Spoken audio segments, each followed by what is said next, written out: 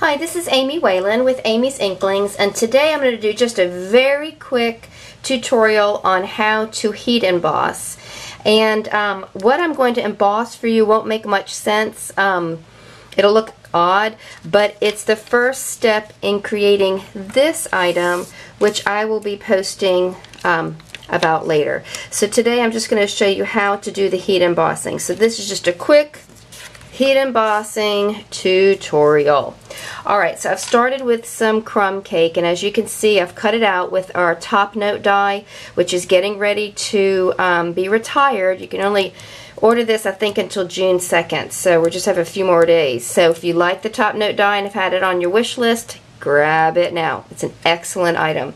Alright, so when you heat emboss, you have to remove the static and the oil from your cardstock with our embossing buddy.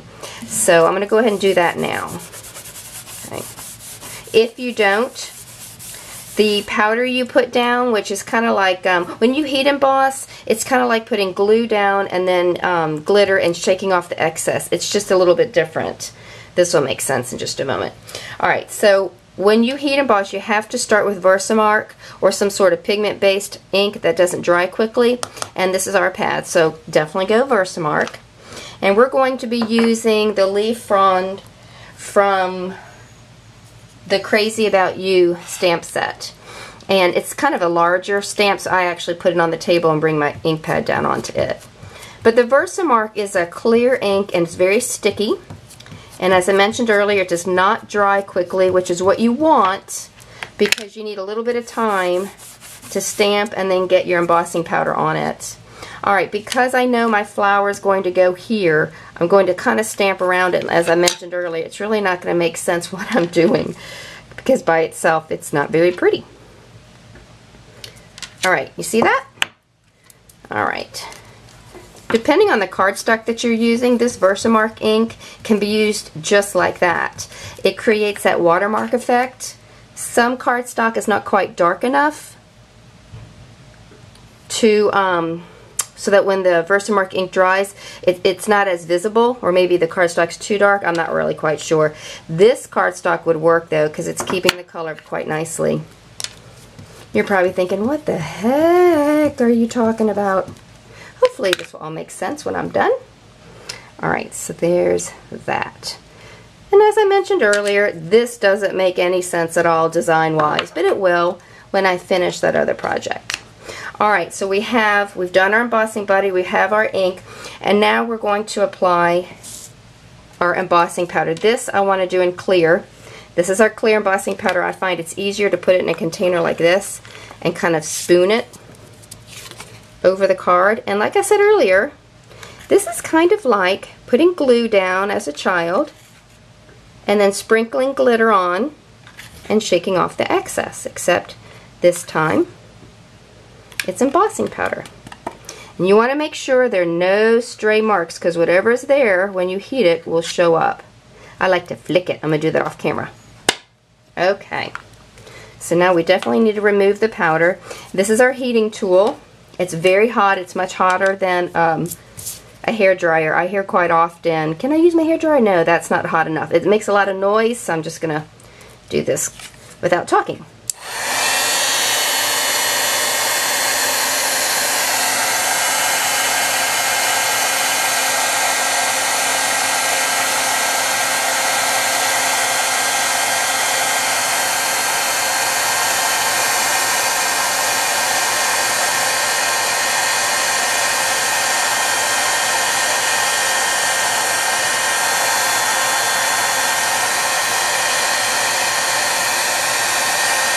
There's that. You know, it just occurred to me, I've actually heat embossed an Easter card with this particular stamp set before.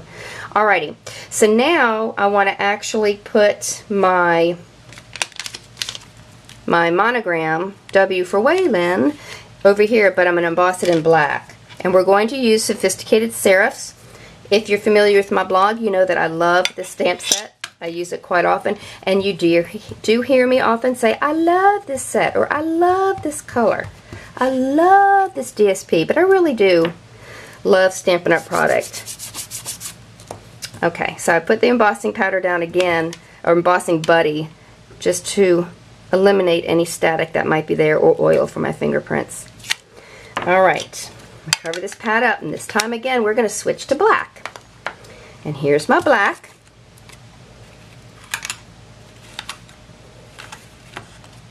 And the reason I did clear first is I didn't want to accidentally get black powder into my clear embossing powder mixture.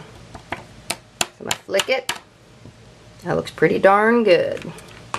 Let's go ahead and heat that.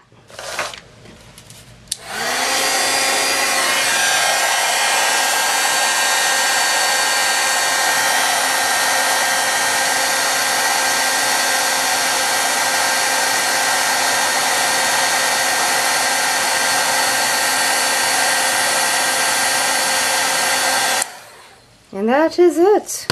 I don't know if you can tell from the camera, but when you heat emboss, it does make the image very shiny and kind of raised, like kind of like formally printed invitations.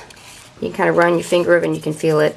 But anyway, check back again with me and I will show you probably in the next couple of days or so how to make this project. This is something that we're making in club for this month, and I will be posting those directions very soon. Thanks so much for coming by Amy's Inklings. Come and check back with me again. Bye-bye.